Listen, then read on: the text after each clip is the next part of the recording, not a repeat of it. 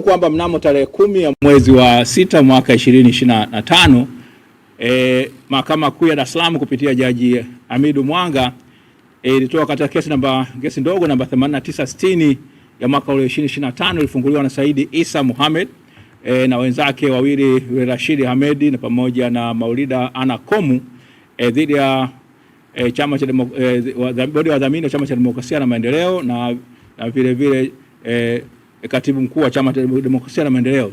Siku hiyo Jaji Hamidu Mwanga baada ya kuwa ametoa baada ya kuwa amemfuta kiapo cha Chadema kwamba kilikuwa akimeandikwa kilikuwa kana ile ndio jurat ile sehemu ya kiapo kwamba ilikuwa na matatizo, akafutilia mbali ile kiapo pinzani. Basi wakili Jebra Kambole akawa amejitoa katika ile kesi, akasema kwamba yeye hali ilivyo anajitoa kuwakilisha.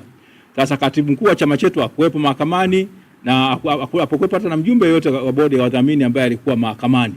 Lakini hata hiyo haikumzuia Jaji Mwanga kuendelea na ile kesi na akaamua kutoa zuio la kuzuia bodi ya wadhamini kushiriki katika kufanya shughuli za kisiasa na kusimamia mali zake pamoja na kuzitunza zile mali, na vile vile katibu mkuu na yeye na watu wote ambao wanafanya kazi chini yake. Kana kwamba haijatosha, ilifika mwezi wa 7 upande wa mawakili wa Saidi Isa na wenzake hao wakamwandikia msajili wa mahakama kuu wakitaka tafsiri kwamba ule uamuzi ukoje, na msajili akawa ametoka pale amesema unagusa chama kizima. Aliandika barua ambayo inasema kwamba unamgusa kuanzia mwenyekiti, mnafahamu mwenyekiti wetu yuko ndani magereza, mpaka kila mwanachama wa chini. Ni amri ambayo imekuwa na matatizo makubwa, na mnatakiwa kufahamu kwamba kwa mujibu wa sheria ya vyama vya siasa ya nchi yetu ni kwamba katika mwaka wa uchaguzi msajili wa vyama vya siasa ambaye ana mamlaka ya kusimamisha chama na kufuta usajili wa chama amezuiwa na sheria kutokusimamisha shughuli za chama au chama kukifuta chama katika mwaka wa uchaguzi. Sasa hao wenzetu ilikuwa ni kwamba inaelekea walikaa vizuri kwa wamejipanga kwamba kwa kuwa sheria inawakataza kusimamisha chama na kuzuia chama au kuzuia chama, basi watumie mahakama. Wakatumia mahakama wakafungua kesi ile, na kwa namna ya ajabu ndio tarehe 10 mwezi wa 6 Jaji Hamidu Mwanga akatoa amri ya zuio dhidi ya Chadema. Tulimpatia nafasi ya kuweza kurekebisha makosa hayo katika maombi ya kuomba kwamba atengule uamuzi, na tukamweleza kwamba kuna uamuzi wa mahakama ya rufaa katika kesi ya Agustino Lyatonga Mrema ambao wakati amehamia TLP ambako kutolewa amri ya injunction ya namna ya zuio ya namna hiyo, ambako mahakama ya rufaa ilisema kwamba mahakama haiwezi katoa zuio kuzuia shughuli za kisiasa kwa chama cha siasa kwa sababu hizo ni haki za kikatiba. Jaji Mwanga tulimweleza, lakini alituangalia kama aliweza kutuangalia kama anaangalia kiazi kimeoza. Kwa hiyo mwisho wa siku akakataa kuweza kutengua ule uamuzi, na akangania kwamba kwa kuwa madhari ameshatoa uamuzi huo, akiutengua ni kana kwamba atakuwa ameshafanya msimamo mwingine. Sasa tukaendelea. Alikuwa na maombi ya katibu mkuu ambaye alikuwa ameandika kwamba na bodi ya wadhamini wakiomba kwamba ajitoe katika ile kesi, bado akakataa, akangania kwamba ana haki ya kuendelea kuisikiza ile kesi. Lakini wala kina Saidi Isa na mwenzake walipokwenda kuomba kwamba wapewe nyaraka za ziada licha ya ile injunction, akasema kwamba ndio tuwapatie hizo nyaraka za ziada. Lakini kubwa katika ile kesi, kama mmekuwa mmesikia malalamiko yetu kiasema mara kwa mara, wakati ile tarehe 10 mwezi wa 6 mwaka 2025 amri inatolewa, viongozi wa chama chetu na wanachama katika kanda ya magharibi walikuwa katika kampeni ya no reforms no elections kule Tabora. Magari yote ya Chadema, viongozi wote wakuu, makamu mwenyekiti bara, makamu mwenyekiti Zanzibar, katibu mkuu na nani wote na viongozi wa kanda mbalimbali walikuwa kule Tabora. Kwa kutokana ile amri ilikuwa inamaanisha kwamba yale magari yaachwe pale barabarani. Sasa lengo la zuio kwa kisheria, lengo la zuio huwa ni kulinda mali isiharibike ili kwamba isiweze kufanya nini kuharibika, lakini ile amri ilikuwa na lengo na imekuwa na lengo la kuharibu zile mali. Hayo yote tulisema kwa Jaji Mwanga akutusikia. Sasa tukaendelea tena baadaye tukapeleka maombi mengine kwamba tukiangalia kesi jinsi ilivyo, tunafikiri kwamba inazungumzia, anasema Zanzibar kesi inalenga kuingilia masuala ya kikatiba, kwamba viongozi wa chama na chama chetu kina sera za kumomonyoa au kuondoa zile fursa au nafuu za kikatiba au upendeleo wa kikatiba ambao Zanzibar inaupata katika Jamhuri ya Muungano wa Tanzania. Sasa tukasema hii sio swala ambao wewe unaweza kufanya nini kuliamulia, natakiwa liamuliwe na mahakama ya katiba. Bado akakataa. Kutokana na kukataa kwake, kwa kweli tukaona kwamba sasa, kwa sababu hata siku nasema ule uamuzi, kwa kweli nilikuwa nikiangalia nasema hivi sheria, mimi nafahamu sheria au vipi? Au kwa sababu yale nilifundishwa mimi darasani na nilikuwa nasikia pale yalikuwa yafanya nini aviendani, lakini nikajua kuna kitu kinaendelea. Sasa ikabidi kuandika wenzangu na jopo la mawakili, tukiwa naongozwa na mzee Mpare Mpoki, wakili Hekima Masipu, na John Chogoro, baadaye amekuja Dickson Matata, wakina Mainyira, na wengineo. Tukaona kwamba lazima tupeleke malalamiko yetu kwa ngazi za kimahakama, kwa sababu bado tuna uhuru wa mahakama kuweza mahakama iwe na nafasi ya kuweza kuyapitia. Sasa tuna utaratibu wa kimahakama kwamba mahakama ya rufaa ina uwezo wa kuita nyaraka zote au mafaili yote ya mahakama za chini yake na kuangalia uhalali au ule usahihi wa maamuzi ambayo yamefikishwa, yamepitiwa na yale maamuzi na ile mahakama au hata ule mwenendo.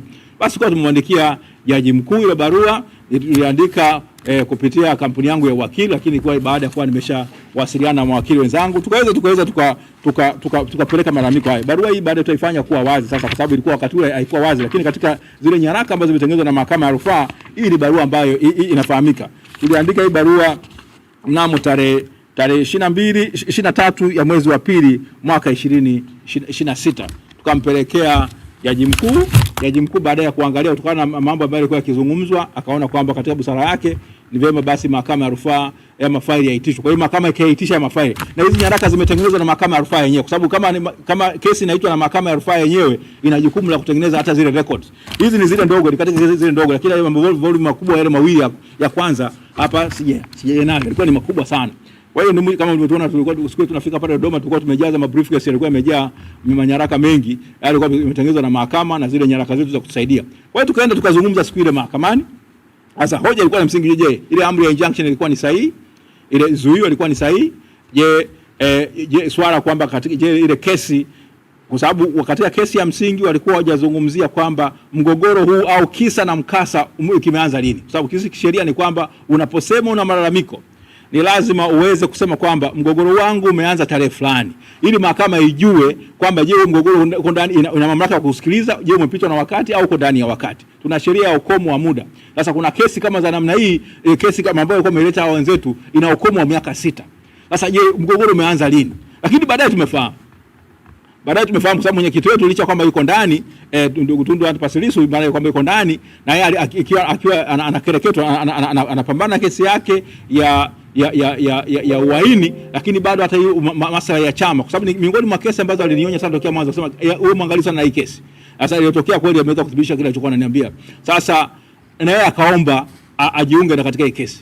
Hata kujiunga kwake akawa ametoa hoja kwamba hawa watu wa mgogoro huu uliletwa kutokana na yeye kuwa amechaguliwa kwa mwenyekiti. Hata kumjibu akasema hapana, mgogoro haujaanza kwa sababu umechaguliwa kwa mwenyekiti. Mgogoro huu umeanza 2016. Sasa kama umeanza 2016, basi inamaanisha kwamba ile miaka 6 imepita, miaka 6 ilikwisha mwaka 2022. Lakini hizo ni masuala ambayo kutokana na uamuzi wa mahakama ambao umetolewa hivi leo, itabidi tuyaache yaweze kuamuliwa huko mbele. Sasa mahakama leo tumepigiwa asubuhi nikiwa ofisini nafanya kazi zangu, sina hili wala lile, sina taarifa yote, napigiwa simu na karani, simu inaingia sifahamu, inaitwa dada mmoja anaitwa Tina. Sasa Tina nani? Inatokea Tina Brandi. Okay. Una nini? Tuna uamuzi wa mahakama tunatakiwa tuwasomee ndani ya muda mfupi. Inakuaje? Sasa hata sisi tumeletewa saa hizi. Akasema sawa, sina ujanja, kabidi niweze kuarifu haraka haraka viongozi wa chama na wanasheria wenzangu, tukabazeni uamuzi ukaja kasoma. Uamuzi umesemaje? Umesema kwamba ile amri ya zuio ambayo ilitolewa na Jaji Mwanga ilikuwa ni batili. Batili kwa sababu gani? Mara baada ya wakili Jebra Kambole kusema kwamba amejitoa kuwakilisha katibu mkuu na wajumbe bodi ya wadhamini, mahakama haikutakiwa kuendelea kusikiza ile kesi, kwa sababu upande wetu, upande wa bodi ya wadhamini na katibu mkuu hawakuwa mahakamani ili kuheshimu haki ya msingi ya kusikilizwa. Ilitakiwa mahakama wataarifu kwamba wakili wenu amejitoa na aweze kutoa nafasi ya kuweza kusikilizwa. Kwa hiyo ile amri ya injunction au zuio lile ambalo hata polisi walikuwa wakilisharadia na hata kuwapiga wanawake wetu na viongozi wa nani wa BAWACHA wakati wanakwenda Msoma. Hiyo amri haipo. Nataka mapolisi wote mfahamu. Nasema hivi, mahakama ya rufaa imesema hakuna zuio dhidi ya Chama cha Demokrasia na Maendeleo kuanzia leo. Hiyo mtu asija katokea afande yoyote yule au nani anajifanya atakayefanya hivyo anakiuka amri ya mahakama ya rufaa. Hakuna zuio dhidi ya Chama cha Demokrasia na Maendeleo. Hiki chama ki huru kufanya kazi zake za kisiasa. Kwa hiyo wanachama wote, viongozi wote, sehemu zote za nchi yetu wana haki ya kufanya kazi za siasa. Awe msajili wa vyama vya siasa, au hiyo mamlaka yote ndani ya nchi hii ifahamu kwamba Chama cha Demokrasia na Maendeleo ni chama ambacho kina haki ya kufanya shughuli za kisiasa kwa mujibu wa katiba ya Jamhuri ya Muungano wa Tanzania, kama ambavyo ibara ya 3 ya katiba ya Jamhuri ya Muungano wa Tanzania inavyosema kwamba Tanzania ni nchi ya Jamhuri ya Muungano, ni nchi moja na nchi inafuata mfumo wa demokrasia ya vyama vingi. Hiyo wale ambao waliapa wakasema kwamba wataitii, watahifadhi, kuitetea na kuilinda katiba ya Jamhuri ya Muungano wa Tanzania, naomba niwasomee na hii waifahamu, kwa sababu wengine ndani hata uelewa wao wa katiba ni ya kutisha, ni mdogo sana. Inasema ibara ya 3(1) inasema hivi: Jamhuri ya Muungano ni nchi ya kidemokrasia na ya kijamaa yenye kufuata mfumo wa vyama vingi vya siasa. Chadema inatekeleza hicho kitu na ina haki ya kufanya siasa kwa mujibu wa ibara ya 3 ya katiba ya Jamhuri ya Muungano wa Tanzania. Sijazungumzia ibara ya 18, ibara ya 20 ya watu kujumuika, ibara ya 21 na shughuli, ibara ya 26 na ibara nyingine zote za kufanya shughuli za za kisiasa. Kwa hiyo tuna haki tokea sasa kufanya mikutano ya kisiasa kokote pale, kufanya hiyo kingine. Mahakama vile ikasema kwamba kesi hii inarudishwa kwa jaji mwingine wa Mahakama Kuu, maana yake Jaji Hamidu Mwanga amenyang'anywa hiyo kesi, inapelekwa kwa jaji mwingine aamue hoja ya msingi. Je, kesi hii ililetwa ndani ya muda au ilikuwa nje ya muda?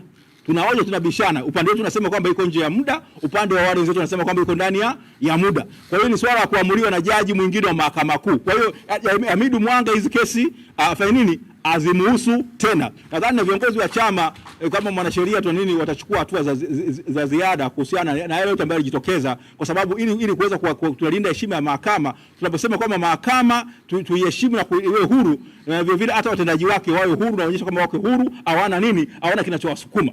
Kwa hiyo ndio hapo tulipofika hivi sasa. Kwa hiyo Chama cha Demokrasia na Maendeleo ni chama ambacho kiko huru, kina kufanya shughuli zake za siasa, na kwa maana hivi sasa tunashukuru sana mahakama ya rufaa, tunashukuru uongozi wa mahakama kwa kuweza mahakama ya rufaa kuweza kuitisha mafaili na kuweza kuyapitia.